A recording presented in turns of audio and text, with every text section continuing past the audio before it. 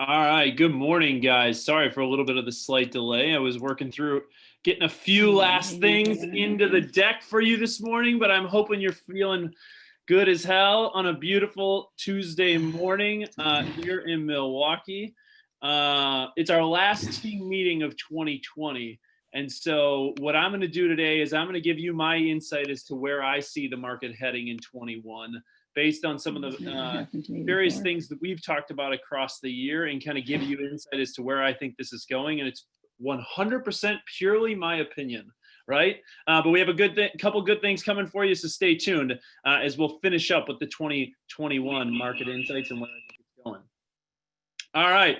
So, as a reminder, I will be sending out a Sign Up Genius here this morning. We are offering COVID testing again for you and your family members. In North Shore, it is Monday, December 21st. In Lake Country, it is Tuesday, December 22nd. For those of you who attended the event in right before Thanksgiving, the one thing that phenomenal logistics to it, the one thing that we're going to do differently is instead of offering PCR tests, we're going to do the rapid testing so that everybody gets the results within 15 minutes. And if we do find any sort of need for a follow-up test, that we will offer PCR testing on site day of, but those take 24 to 48 hours. So we're going to offer everybody rapid testing December 21st for you and your families, or December 22nd for Lake Country Group. Feel free to please register in advance. And these costs are administered through a private company, so there is an expense associated to all of it. And we're super fortunate in the North Shore office. We had Fairway Mortgage, led by Brian Clute, Bruce Murphy, and a handful of other people step up to the plate to offset the cost for you guys, as well as Focus Title. And in the Lake Country crew, big shout out to A Plus Mortgage as well as Focus Title, again, for helping offset the cost for anybody who would like to participate in this. So this is being offered again Monday the 21st in North Shore and Tuesday the 22nd in Lake Country. Feel free for you, your family members, whoever you may need to bring up, feel free to register. Those emails will be going out to register later on this morning. All right, cool. I'm flipping it over to Lindsay. Lindsay, tell us, what do we got coming for Tech Tuesday?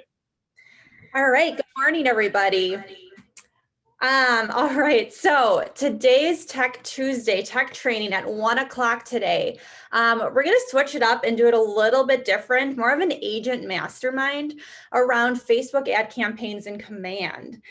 So I'm still going to walk through the whole process of setting up the actual campaign, but it'll be more of a discussion and conversation around what's working, what sort of content are getting agents leads into their database, into command. And so the main thing is listings. So promoting a listing is what are getting leads. And so I'm going to talk specifics, and other agents are going to hop on. So I've got Peter Gossman, Brad Yates, and Annie Jerzik who are going to be on training today, talking about what sort of content they're posting. And everyone has sort of kind of a different take on what's working for them. So I think it'll be really beneficial to, if you haven't done an ad yet, or maybe you've done a couple, but you haven't captured a lot of leads. This is going to be a really great training to hop on or catch the recording afterwards up on our YouTube channel. But talking about listings, so, not highlighting every single feature, every single photo of the property, keeping it really simple and straightforward, picking 1 to 2 features that are unique about the home, but making sure you have a clear and concise call to action in that ad campaign. Some of our agents are promoting open houses or just solds to capture or attract buyers in that area. And then using that custom audience. So if you've done an ad campaign, you'll know what I'm talking about, where you can target people who like Zillow or Realtor.com or Trulia already on Facebook. You can target that specific group. And so that's been, I think, pretty consistent in agents finding that using that custom audience is what it's working in order to capture those leads. And so the ultimate goal is to capture those leads and getting more contacts into your database. And so hopefully you'll see from that example below there, that screenshot, you'll capture over 100 leads into your database.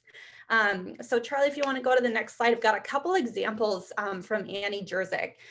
So these are just 2 of the ads that she's created. done on Facebook. And so as you can see, the content is really simple, really straightforward. She's highlighting one photo of the property, and she's having a lot of success promoting open houses. And so Annie, if you're on, if you want to talk a little bit more about the content that you're posting on these ads, and as you can see in the numbers above in red, she's only spending, you know, especially that second example, $20, and she's gotten 23 leads, so 87 cents per lead. So Annie, if you're on, talk a little bit more about the content that you're posting on here. Thanks. I have had fun really making these ads, getting a lot of leads. When I create one of these ads, I always create put them in a smart plan and update a landing page so it points them in that direction.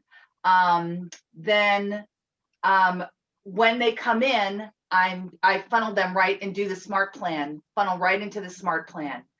Are these super successful? Time will tell. I have a lot of leads that have come in. I try once a week to call 25 of the leads. And I've had a couple conversations. I leave a lot of voicemails. And so it'll, you know, time will tell in the next year. I really want to do this for a year to see how successful this is going to be. Are these people going to be converted? I have one person that I'm absolutely working with trying to find a home. So I know that one person has definitely converted. So time will tell.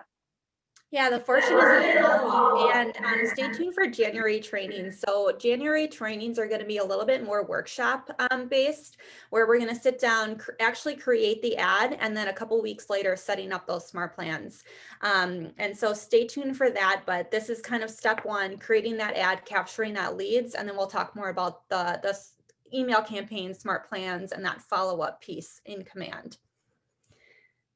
All right, and then one more reminder, you guys, December 31st is the end of eEdge. So if you have not yet exported your contacts out of that database, make sure you do that. Feel free to reach out to me if you need any help. It's really straightforward, really simple. We do have a contacts training up on the YouTube channel if you want to check that out, and I go through that entire process too. Cool. Thanks, Lindsay, and thanks, Andy, for sharing your story. We look forward to more success stories on that. Guys, one of the things I want to really wrap your head around is one time I heard there was a phenomenal speaker at a Keller Williams family reunion event that really hit me over the head like a frying pan. And his name's Jason Abrams. And he said, the one thing real estate agents have to get and understand is there are no bad leads if you have contact information. Right? The misconception in the industry is that only a good lead is those that are purchasing or selling a home in the next 30 to 90 days. He goes, that's the false misnomer around leads and lead generation. The key to this is understanding your job to nurture the leads to drive conversion for future business. And to Annie's point, you know, she's gotten 14 leads on one ad, 23 leads on another ad. That's 37 leads. Her job now is to nurture those leads to drive conversion, because not everybody is buying a house today that clicks on a Facebook ad. So again, there's no bad leads in this industry if you have contact information, and then it's your job through follow-up. The fortune is made in the follow-up to then see this through. So again, phenomenal way to find leads, add it to your database in a very, very cost-efficient and cost-effective manner. So be on the lookout today at 1 o'clock for that training with Lindsay. I think it's an incredible program that not enough people are taking advantage of to build their databases. All right, Kimmy, what do we got? Okay, last time you have to hear me talk about this, you guys. License renewal was due yesterday. I have a few people who have not renewed their license. So if you're one of those people, your Zip form and DocuSign accounts have been turned off because you cannot practice real estate until your license is renewed. So please get that done. Please send me your confirmation once that's completed. And shout out to the Lake Country crew who is at 100%. No worries there. It's a few North Shore stragglers who you won't be able to do a contract if you don't have your license renewed. That includes showings too. You can't do any license activity until your license is renewed. This is the last time you're going to hear me. Well, hopefully not, hopefully, but GMAR dues, please get these paid by the end of the month. If not, you're going to have to add an additional $225 to your invoice. So Avoid that penalty, pay these dues by the end of the month. And please let me know when they're done so I can take you off my list. I have a handful of people, like close to 30, that have not paid your GMAR dues. So this gives you access to MLS. It gives you access to your WRA account, all your resources with the GMAR. This must be done. So get it done without penalty. Cool. Thanks, Kimmy. All right, we're switching it up on you guys. We're bringing Mandy up front.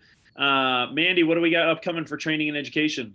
Great, thank you. I am really excited about some opportunities that are coming up beginning of January for you guys for training and education. First off is a reminder about the spring listing extravaganza starting January 28th through the 31st. So go ahead, use this graphic, tell our story, get those listings to, go live the 28th through the 31st. Let's really paint the town red and get all those listings going. The next thing I really want to talk about that's awesome is we're going to be doing something called accountability groups. Right now, we're all at home. We're missing out on, all being back together. So what we're going to be doing is we're going to be talking about getting a lot of you together who are in similar production levels, have similar goals, and get you in some smaller groups so that you're really holding each other accountable to hit your goals for 2021. So come tomorrow, Wednesday, December 16th, right after Agent Financials with Todd. We're going to be jumping on a Zoom led by Kristen Schlingman, who is a part of an extremely successful accountability group here out of the North Shore. And she's going to be talking about just what is an accountability group? What is the purpose of it? What is this going to do to help you? So if you're looking for just more information on what this is, come tomorrow and just learn about it. Then you'll sign up afterwards to say, yes, I'd like to be put in an accountability group. And what we're going to do is we're going to put you with like-minded people who have similar goals and are looking to do similar things for you guys. And it's going to really help hold you accountable and push you to that next step. Because I know a lot of times we can feel isolated, especially right now. So we're hoping this will be a really great opportunity for you guys to just get in smaller groups and really help push each other to that next level. So again, that's tomorrow, right after Agent Financials with Todd Butzer. And guys, one quick call out. Congrats, Kristen Schlingman, Julie Scott, Kathy Shaw, Annie Jerzyk, Melissa Callie Bott, Adler. Callie Adler, a handful of other people that have been participating in a really kind of an accountability group that they led and drove together. And 100% of those people, let's just call them, were relatively newer agents. They held each other accountable in 2020. And I believe, I may be wrong on this statement, but I believe almost 100% of them capped in 2020. It was a very successful groups. And as I've talked about this before, why are mega churches successful? Why is a mega church or, a big brokerage like KW successful? The success is in small groups and helping you realize the potential by having other people hold you accountable on people who are on similar paths. So I would highly encourage, if you're looking for that to help you kickstart your business in 21, join us for a discussion around accountability groups and learn how those women really leveraged it to take their business to the next level. It's great stuff. All right, Mandy. All right, wrapping up December, Agent Financials tomorrow with Todd. So do not miss that tomorrow, 10 a.m. Immediately following is the Agent Financials. At the same time as Agent Financials, for all you team admins, just a reminder, we have Gordon, our regional tech director, is going to be on talking about command and teams and kind of going through some stuff with that. So for any team admins, be sure to jump on the admin mastermind at the same time as Agent Financials. So there's something really great for everyone tomorrow afternoon. And then just a reminder for COVID testing the following week, and then no team meeting next week. Looking ahead to January, Lindsay spoke about this a little bit. I'm really excited about these tech workshops. So we've been talking a lot about just how to do it. What we're going to be doing is we're going to be doing signups for smaller, COVID safe groups. So you will have to register for these workshops with Lindsay in person. But what you're going to do is you're going to leave the workshop with an ad running, and you're going to be getting leads like Annie Jerzyk, 23 leads for $20. So come to that workshop. We will get you the registration link. If it fills up, we'll do more. So don't worry if it fills up, we'll schedule some more. And then on the 19th and 26th, all about automation, right? So we're going to be automating those follow-ups. So once you get those leads, you're automatically following up with them. You're nurturing them for as long as it takes. And then you'll see a lot on here again is Ignite. So Charlie, if you want to go to the next slide, we had an extremely successful Ignite run in Lake Country and North Shore. And a lot of agents were saying, we didn't do it because it wasn't, we weren't comfortable coming in person. We were able to successfully do it virtually. So what we're going to be doing is we're going to be offering a fully virtual Ignite starting the first week of January. The first Wednesday in January, we're starting at 100% virtual Ignite.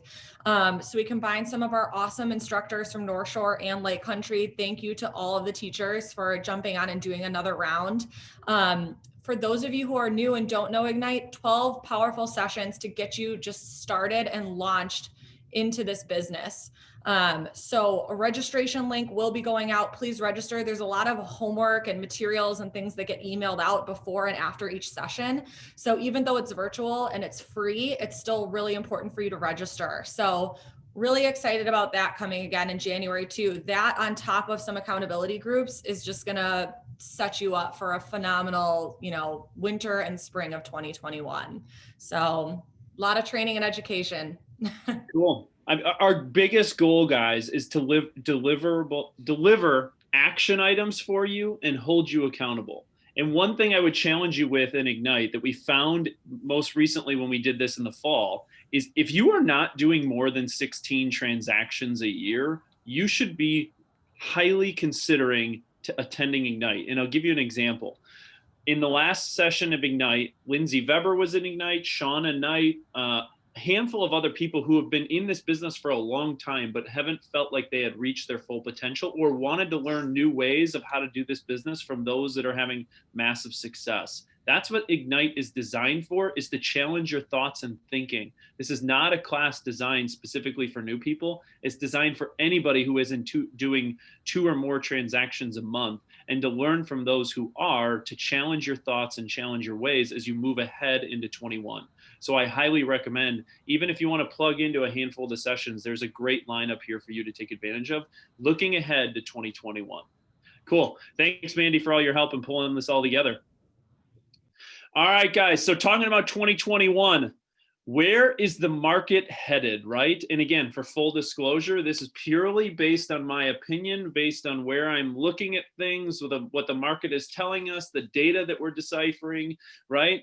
And what I want to do is take a look back at some of the things that we presented to you guys in 2020 to say, because I think some of it is very relevant in terms of where we're going, right? So if you look back in March of 2020, it was actually on March 24th, I gave a recap to a conversation that I was able to be a part of through Marquette University with Dr. Lawrence Yoon, who is the chief economist and senior vice president of research for the National Association of Realtors. And he jumped on to kind of give us right in the middle of the stay-at-home order, right at the beginning of the pandemic, right? He kind of gave us some things to think about. And I want to kind of go back to his notes because it's going to correlate into some of what we're going to talk to in 21, right? So here's what we talked about on March 24th, right? There are major factors in our favor in Milwaukee, right? There was sizable pent-up demand for housing. There was a serious lack of inventory to support the demand.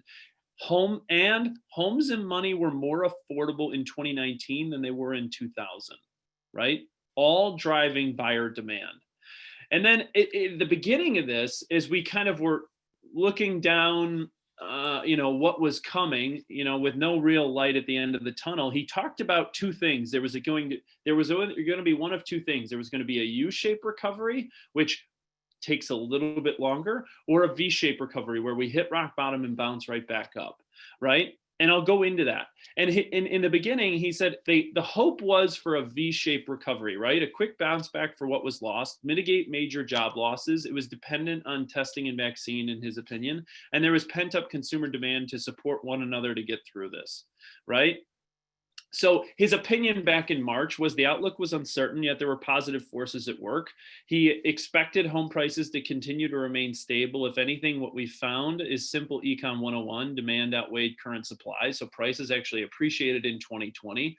The stock market wealth was volatile and real estate wealth was consistent, right? So we started to see some people put money into real estate, right? Which really helped our industry. This is what Dr. Yoon talked about in March of 2020. A couple things to point out. His V-shaped recovery comment, almost dead spot on with one caveat, and we'll talk about that in a sec. So again, really good perspective about where we were and what we were talking about back in March. Then I want to jump into a conversation that we had in August of 2020. And again, going back to a presentation that I was fortunate to jump onto through Mark Epley, a great Whitefish Bay resident who's also the director of the Wisconsin School of Business Grass Camp Center for Real Estate.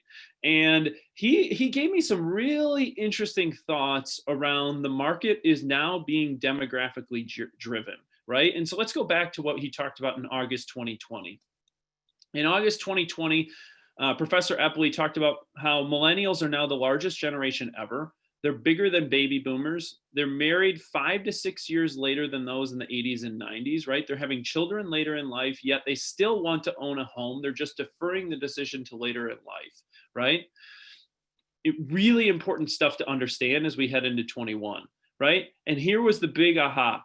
The peak first-time home buyer cohort used to be in the 20s. Like if you looked at historical data from the 80s, 90s, and early 2000s, the first-time home buyer was in their 20s. That shifted into now the peak first-time home buyer is now shifted into early 30s. And if you look at the millennial cohort, which is the largest demographic in US history, they are reaching 30 from the year 2019 to 2022, right? These are prime buyers for continued demand for housing. Now, let's continue the demographics conversation, right? Homeowners are migrating or moving at the lowest rates ever, right? They began tracking this data in 1947, and in 2019, 5% of homeowners moved across the US. Historically, what we had seen is 10% moved annually. Again, recapping the conversation because this is very important information of what 21 is going to look like, right? The other problem was empty nesters were living longer, they were aging in place, they weren't selling their homes, and it was creating a significant shortage of supply, right? The masters of modern medicine were allowing people to stay in place or age in place, which was creating some inventory problems for our marketplace, okay? So knowing that, and then I'm going to jump into a Pew Research study that I shared again a couple months back, and it goes back to demographics, right? And the Pew Research Center, here is an article that I pulled, and I just pulled a snapshot, right? Millennials are now the largest generation in the US labor force, okay? They're the largest generation in the US labor force, and they're turning 30 between 2019 and 2022. What does that tell us? Think about that. Right? What does that tell us? So now I want to get into some, and all of this is leading into where do I think this is going in 21. So now let's look at some localized residential real estate data that help us understand all of these, what I would consider to be demographic, pandemic, various factors at play and how it's impacted our industry. So here's what I want you to look at. This is 2 years worth of data for sales absorption, right? And sales absorption is not a sexy statistic, but it's a very important one to understand, right? This is going back to November of 2018, breaking this down by month. And the reason I broke this down by month is I want you to see monthly trends to show you where this is going. Again, not a sexy statistic, but an important statistic. Here's the thing with sales absorption. The thing to understand about sales absorption rates is this is the percentage of inventory that goes under contract within a given month. Right? It is a very strong indicator of demand. Okay. Since June of 2020, sales absorption rates were higher than prior year's spring markets. So if you look here in, let's just say September was 30% of the inventory went under contract. October was 30% of the inventory. November was 27%. If we look here in March, April, May of 2019, the peak sales absorption rates over last year's spring market was 27.9%, which showed up in April of 2019. My point in all of this is, we saw 28% in May, 31% in June, 32% in July, 33% in August. And then if you looked at the fall, which everybody thinks is a slower time of year, the indications of demand based on sales absorption rates were off the chart. I mean, they were better than any spring market we've seen, right? So considering this, right? And one other thing I would point out, minus March and April of this year, when everybody was at the stay-at-home order, it outpaced every single month versus the same month in prior years, right? And the key here is, while yes, are we starting to see trends slow with them? They're slowing with the market. They're still at historical all-time highs. I mean, if you just look at November itself, 27.7% of the inventory went under contract November of this year. When you look at last year of November 2019, it was at 16.8%. That's a 65% change this year versus last year. Again, indicators of demand are incredibly strong. And again, I go back to, remember that what we talked about with demographics, it's going to give you kind of where I see the crystal ball of 21. Now, let's look at days on market, right? Days on market. And what you have to understand here with as it relates to days on market is, if I go back to November of 2018, and if I looked at November, December, January, and looking into February, that's when we see inventory beginning to really kind of spike and to begin to sit on the marketplace as we head into the winter months, right? And then what happens is, historically, the spring comes, there's pent-up demand. The demand, what happens is inventory moves much faster through the system, right? And then all of a sudden, boom, we hit right around 4th of July, and then days on market begin to increase, where then inventory begins to sit a little bit beginning in November through February. And you can see here, heading from November of 19 into February of 2020, right? Days on market went up. However, heading into March of 2020, instead of a gradual decline like it did into May, it was a steep decline. Like, there was a massive influx of people into the marketplace in spring of 2020. Again, this is days on market, so it tells me how fast inventory is moving through the system. So what the takeaway on this, though, is if you look then through what happened in 2021 and even heading into November, we haven't seen these historical spike where inventory is sitting on the marketplace. And what I would tell you is, if you have a home that right now is sitting on the market, you got to be looking at your pricing, because across the entire marketplace, we aren't seeing the fall spike we historically had seen. So what does this mean? Historically, we see spikes of inventory sitting on the marketplace November through January. 2020, the spike isn't happening at historical rates, right? Homes are moving fast and efficiently through the system based on days on market. Now let's look at months of supply. And again, all of this data that I'm sharing with you is so that you understand where we were and where I think we're headed, right? Months of supply.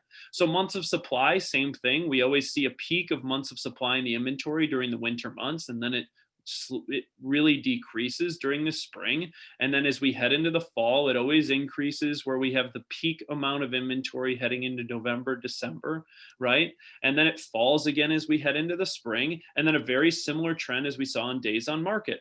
It remained suppressed throughout the summer into the fall. So what does this mean, right? A balanced market for our inventory is 6 months of inventory. That's a really healthy market, right? Right now, over the last 5 to 6 months, we've been sitting around a month's of supply of inventory, anywhere between 2 months to 3 months of inventory. Again, if you look at November of this year, we're sitting at 2.3 months of inventory, when November of last year, we were sitting at 4.5 months of supply. It's a decrease of 49%, right? So again, what is this telling me? Well, sales absorption remains stupidly high, historic levels. Days on market has remained extreme. Essentially, homes are moving extremely fast and very, very, very efficiently. So what I want to do now is jump into some of the indicators, again, looking ahead as where 2021 is headed. And I shared this with you last week, and I've shared it with you monthly. And I think the important thing to understand here is there are future production metrics, which essentially, guys, what I'm looking at is listings taken units and contracts written units that lead to current production, which is closed units and listings sold units. And you can see here, as I color coded this, where it shows up, across every month. And I'm not going to go through this ad nauseum, but you can see how all of these indicators, every time we looked at these indicators for future production, where did it show up? It showed up the next month in closed production, right? And so what I want you to really hone in on, and what I really took this chart and boiled it down to, is there's one major factor in here that are at play. And again, think about the demographics and think about the shortage of inventory. The major demographic here that I'm looking at month over month, every month, is contracts written units and contracts written volume. because this is telling us the demand on top of sales absorption and on top of what the inventory is. This is telling us how many offers are being written in the marketplace, right? And if I just look going back from August heading into November, right, we're running it roughly around 30% from August to October, and then plus 21% heading into November for contracts written unit. Again, these are contracts that are written on for sale inventory, up 21%, up 31%, and then you can see the corresponding volume, right? And as I correlate it here, this is where it shows up in future production. So again, for me, this is a major indicator of where I see the marketplace going in 21. Combine that with the demographics. So looking ahead, what's next? And this is where I'm going to go back to Dr. Yoon's conversation that we had in March. And he talked about a U-shaped recovery versus a V-shaped recovery. And in September or October, the conversation really began to shift it into a K-shaped recovery. And there's some things to understand about what a K-shaped recovery is. For those that are indirectly impacted by what's going on from a health and the pandemic standpoint, it's very much been a V-shaped recovery. Right? A very V-shaped recovery from an economic standpoint. Many people are still doing well. The stock market is extremely, extremely healthy. And for those that are where their livelihoods or their incomes are dependent on people getting together, that's where the K comes in, right? The directly impacted industries. Think of live sporting events, live concerts, the travel industry, the leisure industry, the service industry, hospitality industry, right? And so yesterday, in my opinion, was historic progress towards economic recovery. Here's why. Yesterday was the first rollout in the US of COVID-19 vaccinations, right? What you have to understand about the historical significance is the impact it's going to have of what I predict on the economy, right? Because with the vaccination rollout is key to consumer confidence spending. And here's something you need to understand. 1 in every 20 working Americans, work in the travel industry. 1 in every 12 working Americans work in the service industry, right? That is a significant amount or a significant portion of our US labor workforce that are in directly impacted industries. The vaccination rollout and continued widespread access to testing is what will allow us it's a key for this, again, for the bottom portion of the K to jump up like a V for consumer confidence spending of going out into the marketplace to continue to spend money to support those directly impacted industries. Okay, and I'm going to talk about that again more in 1 second. So wrapping all of this up, what does this mean? If I had a crystal ball and I was looking at 2021, where do I think the industry is going? Here is my prediction, right? I foresee interest rates remaining historically low. I don't see the federal government to have much ambition or will to want to raise rates really a whole lot. I think they're going to go up because I think they have to for the banks to start making money, but I don't think they're going to go up significantly. Why? Because this is the lever the federal government will continue to pull to drive economic recovery, again, for the directly impacted people within the economy. We are moving into a demographically driven market. We are not moving, we are in a demographically driven market, right? The millennial cohort is reaching 30s right now. They are the prime peak first-time home buyers. In the Milwaukee market, I know 45% of all transactions have included a first-time home buyer. They're the largest demographic in today's workforce. Largest demographic in today's workforce. That's key, right? The mass distribution of vaccine will be a boom to consumer confidence and spending. I believe, based on where the stock market is and where I think it's heading, there will be a major boom in consumer confidence and spending as this continues to get mass distribution, right? You have to understand this, and this is when I go back to that K-shaped recovery and talking about those that are directly impacted by the industries and what this means for consumer confidence and spending in those industries. What does it mean for our industry? Here's what it means for our industry. Those hit hardest by the pandemic are those that are buying and selling homes below the $350,000 range. It makes up 72% of our total inventory in southeastern Wisconsin, right? This is wildly important to help those industries recover quickly. And the more those industries recover quickly, even more robust our real estate market will become, right? Inventory won't catch up in 21. Part of it is housing startups or new construction. I don't see that improving in 21. Part of it is construction costs are sky high and the margins aren't there to incentivize builders to continue, to having any sort of new construction. It's very expensive right now to build, and the inventory just won't catch up in 21. The only way I see inventory catching up 21, and this is a major if, because we didn't see the pandemic coming, is if for whatever reason there is major catastrophic loss of within the stock market and economically, which I don't foresee happening. But that's the only thing that would really cause inventory to catch up in a major way at 21. But I don't foresee that happening again. But I also didn't see COVID coming either. So take that with a grain of salt. Prices will continue to appreciate. That's pretty much a fact. That's supply and demand. As Econ 101, there is far more demand than there is for supply. So pricing will continue to appreciate. And here's my last comment as it relates to looking ahead to 2021. Forces of demand and demographics will continue to drive the market of the moment in 2021. It's where we are right now is where I pretty much predict the 21 to be. Every indicator that I look at, whether it's demographics, whether it's the market trends, everything is telling us that the market that we see right now should and will continue in 21, barring unforeseen another pandemic or stay-at-home order or things that would totally drastically change the way we live. But I believe yesterday's distribution of the vaccine is a major confidence to consumer spending, and major confidence to consumer spending will directly impact those in the directly impacted fields, which ultimately is all good news for all of us as we look ahead to 21.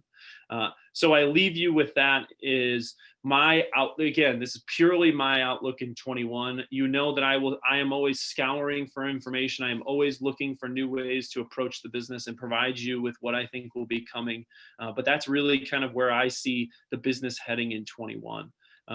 So if you have anything, feel free to shoot me a note or drop me an email, a text, whatever. But guys, thank you for an incredible 2020. 2020 has thrown some incredible curveballs our way, whether it be health, whether it be the economy, whether it be race, whatever it may be. Super proud to be in business with all of you within this group. For taking it head on and continuing to provide for you and your families. And if there's anything that we can do to support you in a higher or better way, please don't hesitate to reach out. We always appreciate the feedback.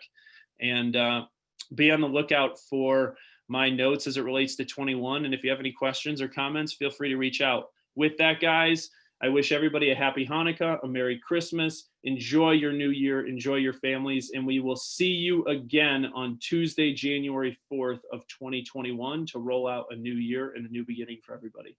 Awesome. Thanks, guys, for jumping on. We appreciate you. And for those that want to stick around, we will have the new listing and buyer needs, and the Lake Country crew can jump off to the Lake Country meetup. Thanks, guys.